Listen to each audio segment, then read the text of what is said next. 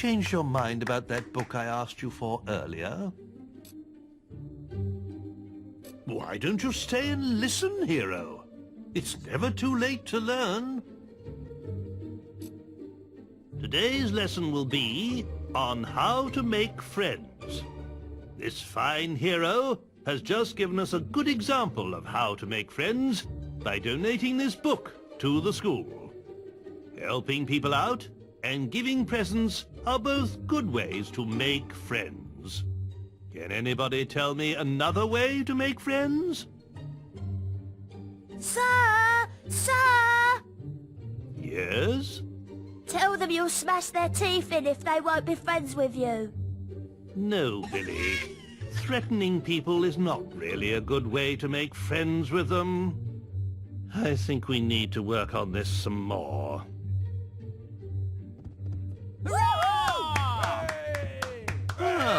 Hello again. Miles of Arkham. Thank you, hero. I'm sure. Once upon a time, in a village by the sea, lived a boy called Arkham with his family. Peaceful were their lives for many a year, till one day a band of savages did appear, destroyed that peaceful village by the sea, and killed the poor boy's family. But of Arkham himself they found no trace, for the boy had hid in quite a safe place. And though he wished to help in his heart, he stayed hidden till the savages did depart. Then he emerged to find his whole family killed, and the streets of the village with corpses filled. Oh, dear me, this really is the most unoriginal tosh. Oh, Hello again. The story of Jack of Blades should keep the little ones in line. Who's the red-robed warrior that brings death and destruction to all of Albion? Jack! Who's the legend in the mask with the strength of 10 heroes? It's Jack! Who's the demon that stalks in the night, dragging bad children into hell? Jack! Some say that Jack of Blades has lived forever and is not of this world. But there are those who claim it is not Jack, but his mask that we should fear, and that many men have worn it over the centuries. Whatever the truth, we have this brave hero to thank for defeating Jack.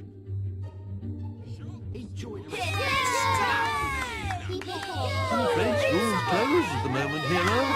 But perhaps we could talk again later. I am Pilgrim! Go for it!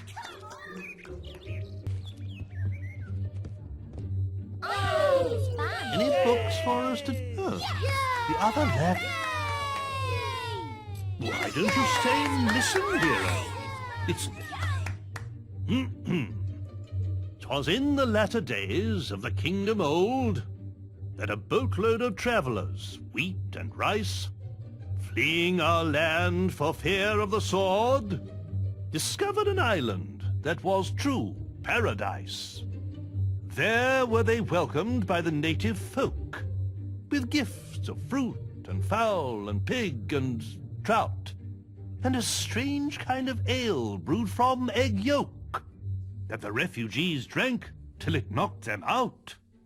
Soon they were stirred from their peaceful slumbers by the splattery coughs of their gracious hosts, who had taken ill and were dying in numbers of colds their visitors had brought to their coasts. Ere long, the kindly natives were all but extinct, and as they knew not how to gather nature's bounty, the fate of the foreigners to theirs was linked. They died of starvation, though surrounded by plenty. A few local survivors did their paradise rebuild, erecting this time a great fortress in the sand. It would stop them once more getting killed, lest those bad people from Albion return to their land. Oh, yeah! Hello again. Why, this book would be perfect. I've yet to be... It lifts one's spirits. A long time ago, well before the age of the Old Kingdom, the skies of Albion were full of fearsome, majestic dragons. They flew wherever they wished, ate the people's livestock, rained down fire on their villages, and distressed their damsels. Then came the Kingdom of Archon, and with it heroes who hunted the dragons for sport, almost driving them to extinction. Before long, every home in Albion had dragon scale curtains, dragon claw back scratchers, and dragon foot paperweights. The few remaining dragons fled to the northern wastes, and there they remain to this day. Though they are nowhere near as powerful now as they once were, they still represent a hero's ultimate test. Woohoo! Hello again. Oh, children are always asking me about... Thank you, Hero. I'm sure we can... how many of you have been to the Witchwood Arena? But have you ever stopped to look at the statues in the Hall of Heroes? Some of the greatest heroes in Albion's history are celebrated there. Mighty champions who conquered the arena and the people's hearts. In the days of the Old Kingdom, heroes would lead their fans into battles, so they could see their skill and bravery in combat. But all too often, spectators would find themselves torn limb from limb by balverines, or caught in the backwash of a hero's spell. And so, the arena was built in Witchwood, to give heroes a permanent stage on which to fight their duels without endangering the audience. Creatures are brought there from all over Albion for heroes to face, and the battles get more elaborate with every year that passes. But one rule remains unchanged. Should either hero wish it, the final battle between them can be fought to the death. What was the city like? Hello again. Thank you, Hero. I'm sure warrior doth take its toll on a hero's face, and ere long women will fly and escape before he can give chase. Scarred and dejected, a hero named Ralph stole all of the traders' riches. He made use of their gold and bought romantic gifts for all of the ladies. The women of Albion fell at his feet, and Ralph had the pick of the town, till he finally chose a pretty young girl and bought her a fine wedding gown. But too late did he see that love that is true isn't founded on wealth. His wife's only care was for money and gems he kept up on the shelf. By way of divorce, Ralph exercised his axe on her head. This he did mount up on the wall, just over the bed. So did the woman sadly become the world's first trophy wife. And Ralph did give up the matrimonial for the hero's life. Oh, Yes! Do you have a donation there, Hero? It's an important part of it. Thank you, Hero. Can any of you tell me who built the ancient pillars at Lookout Point? Yes? The people in the Old Kingdom, sir. That's right. They once ruled all of Albion, and the ruins of their cities can still be found wherever you go. The kingdom was founded by a great lord named Archon, who united Albion using the power of the Sword of Eons. But over time, the sword began to corrupt him, and the kingdom fell into darkness. Strange monuments were built to focus the magical power of the kingdom, and terrifying armored figures were summoned to guard them. But at the very height of its power, the old kingdom collapsed, and Archon and his sword disappeared. What happened to them, nobody knows. It's fun. I'm afraid school's closed.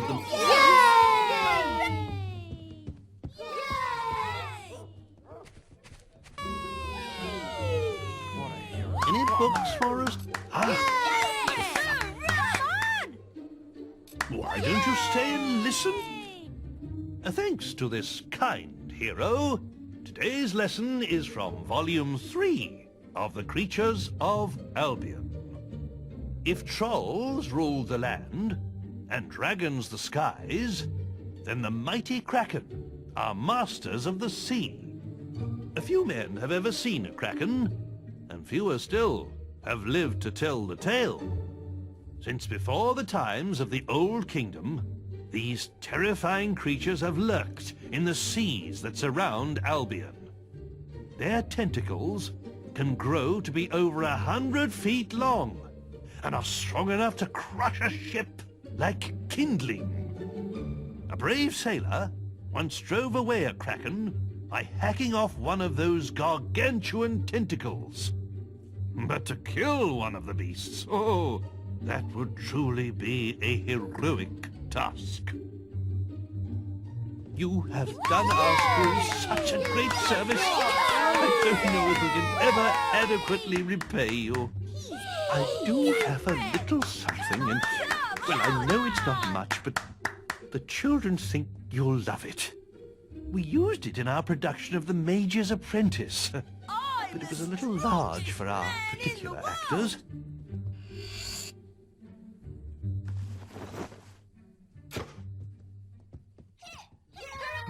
Do you have a donation for us, eh? A pet? Thank you, hero. I'm sure there was once a lord who thought himself good with an arrow, until people saw that his lies ran right through to his marrow. Many months in the cells of Bargate he spent, plotting his redemption. And once he was free, he hunted all evil without exception. One day he met his match, a foul and mighty Bulverine. He did not die from its bite, but his curse was obscene. He became one of those creatures, and pale as snow was his fur.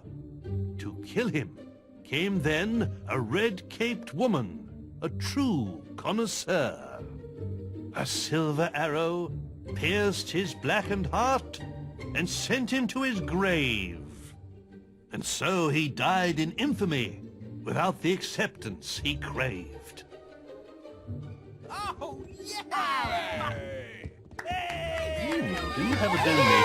On the card, perhaps? But... Thank you, hero. I'm sure. There once lived a hob, and Maxley was his name. He was that rarest of hobs, one with a brain. Making his bed in a stream wasn't for him. He'd rather live in a village, there among men. One day he decided to travel to town. He slew a great noble and put on his gown. In Bowerstone by all was he complimented, and though short of stature, he stood proud and erected. Goodness. But Maxley forgot what he was and grunted hello. And when the men heard his voice, all they did know. They called out for guards, who lopped off his head. It stuck on a spike, dumb and ugly and dead. So when you're about to open your mouth, remember Maxley the Hob. For it's better to be thought an idiot than to be killed by a mob. Yay! Hello again. It's Volume 2. Thank you, Hero. Now, let us turn to Volume 2 of the Creatures of Albion.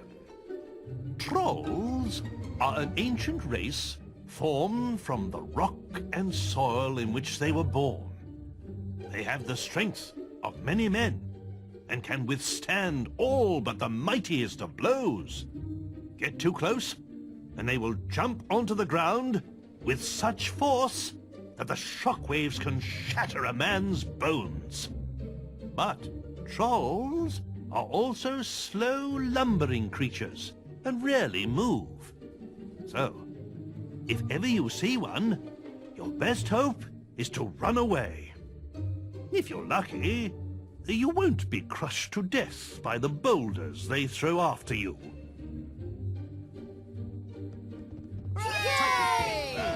Any books for us today? You spare the northern...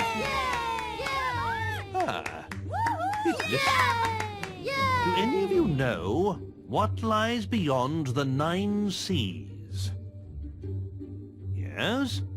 The Northern Wastes. Well done, Sue. Legends say that Jack of Blades first appeared there, and that it was the home of a mighty empire. Today, its ancient cities are buried deep beneath the ice. But there are still some who believe the empire will rise again, and that the people of the Northern Wastes will awaken when Albion is united once more.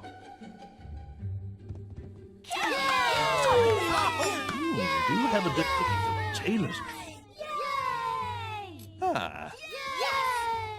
What strange land is this to which the storm my body has delivered? Surely heaven it is, and I be dead, for as in a dream I saw the ship torn from 'neath me by the waves, and felt death's foul kiss.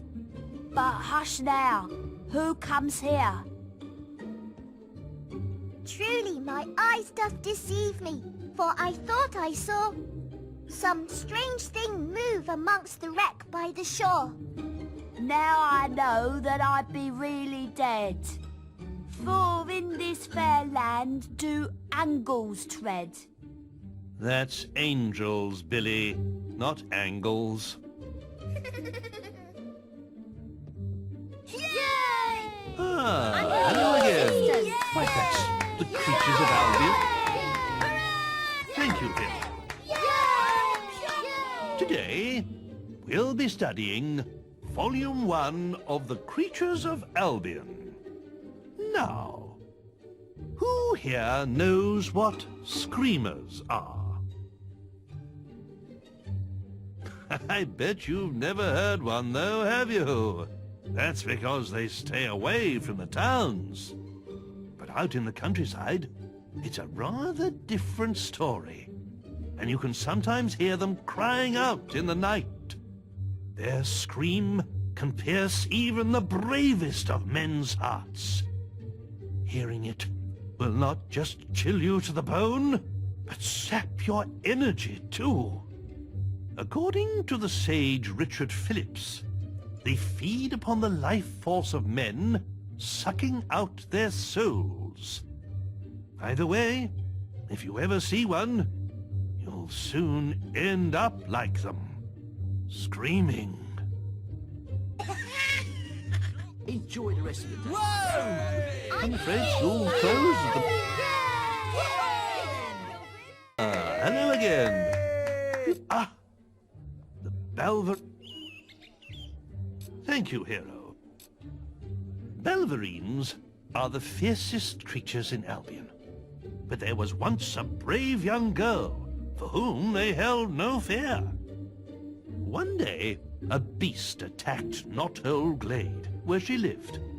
The villagers all ran away, until she alone stood to face it. The creature was twice her size, and she fought its teeth and claws armed only with a stake.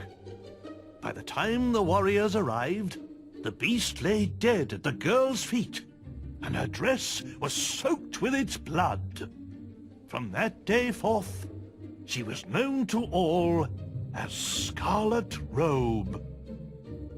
As she grew older, she became a great hero, driving the evil Balverines from much of Albion and competing in the Witchwood Arena. Yay! Heroes too. Any books for it? No, there's... In the world. 25 years have I tended this inn, not knowing my wife was living in sin. For while I served the townsfolk ale by day, at night my wife served them in another way. But soon they'll regret leading her astray. When next they sip my ale, it will be their lives that pay. He who hath slept with my love will die at its taste. Then I shall see if any among them can call themselves chaste. Thank you, Billy. I think that's enough for today. Hip, hip, Any books for us today? Oh my!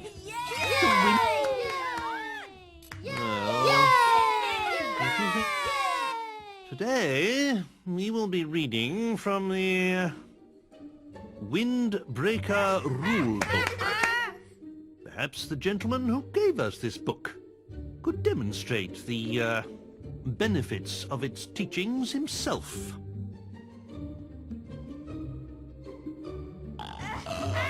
Yes.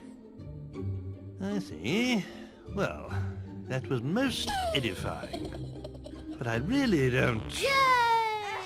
Oh, dear Lord. Something must have crawled up inside him and died. Shit!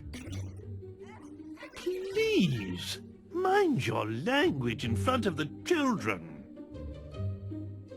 Oh dear, I knew this was a mistake.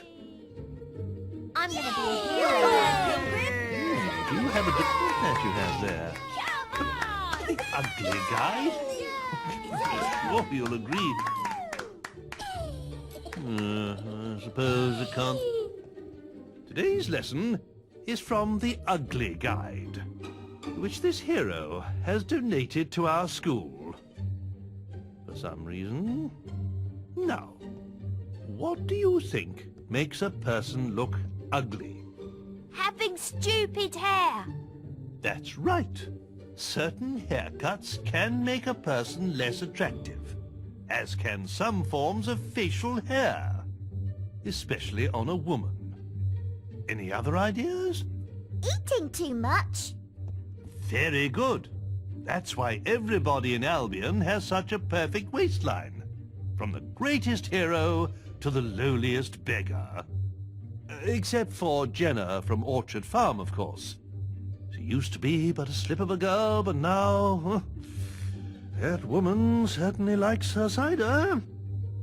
Anyway, that concludes our lesson for today. Any books for us today? I suppose you are not a bad... Today, we will be looking at You Are Not a Bad Person. It seems this hero has studied the book in great depths already. But perhaps one of you can tell me how you can make yourself less scary. Wear a pretty dress. That's right. A person's clothes say a lot about them. And wandering around town dressed in dark leather or chainmail can frighten people. Any other ideas? Don't wear anything at all. Well, that might make you look more silly than scary. I'm not too sure men running around naked inspire much confidence. Perhaps we should see what the book has to say on this matter. Do you have a donation? The raising of Oakville is a fascinating... I suppose it can't... Today we'll be reading from the Oakville Raid. Some of you may find what you're about to hear disturbing. I was playing with my teddy bear Rosie when the bandits attacked. The kind boy from up the road had just rescued her from my brother. I didn't know then I would never see them again. It was the screaming that told me they were coming, and I hid under an old cart. From there, I saw the bandits kill all my friends and burn everything I called home. I wanted to help them, but I was so scared I couldn't move. Maybe we should finish this book some other time. In 10, 15 years, perhaps? I'm the Queen of Blades. Hello again.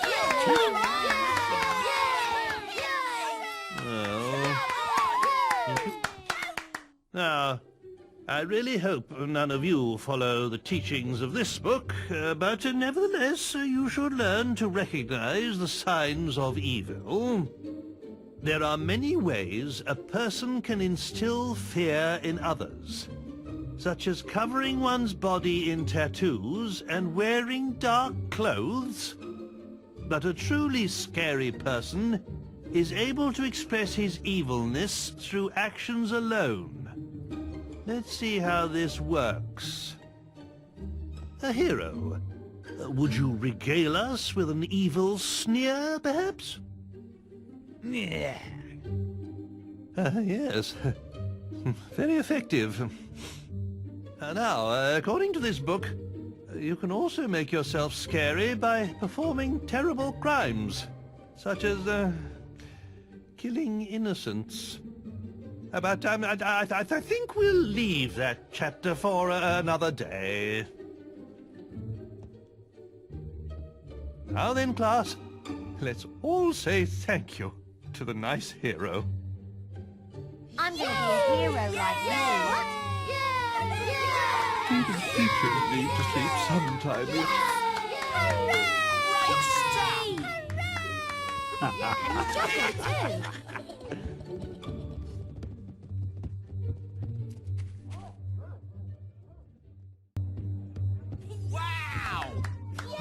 Do you have a donation there? I'm sure the tale of Twinblade is quite interesting. I suppose it can't do any harm. Twinblade was once a great hero. A giant of a man, his swords were feared throughout Albion. But at the height of his fame, he abandoned the guild, deciding he had no need to earn gold through quests. He could simply take it. And so, he left for the woods and became a bandit. Over the years, he united the feuding bandit clans until he became their king. He built a vast fortified camp, hidden near Oakville, and plundered the passing traders as he desired. He was as renowned and feared as he ever was, and now had no guild constraints to hold him back. Sir, what happened to Twinblade? He was defeated in a duel by this brave hero who spared his life. But no king can face such a defeat and keep his crown, not even among bandits. I'm the Do you have a donation? I suppose it can't do any... The Journal of Bloody Nose. 0 in training. Day 14. This week, we've been developing our stealth skills by playing hide and seek. Knowing how to run and hide from your enemies is an important skill for any Zero, says Days. He seems to be a master of the art. It took us all day to find him after he teleported away. Eventually, we heard his cries and found him wedged inside a hollow tree in the Academy woods. He wasn't at all happy that it took us so long to find him, but he decided to test our hiding skills next. We must be really good at it, because we've been out here in the woods for 2 days now, and he still hasn't found us. Whoa! Do you have a donation that... No. If you think that... Let's turn to the sock method and see how we can make you sexier in 10 days. Now, it looks like this hero still needs a little practice. But perhaps he could demonstrate something simple? Come on. Oh, my. That's quite enough of that, hero. And that brings today's lesson to a close. Definitely. Before you go, there's something I'd like to present to you. On one of our excursions, little Billy strayed off the path, as he always does, and found this. He tried to hide it under his shirt, if you can imagine. I'm sure you can put it to good use. I want to be just like him when I grow up.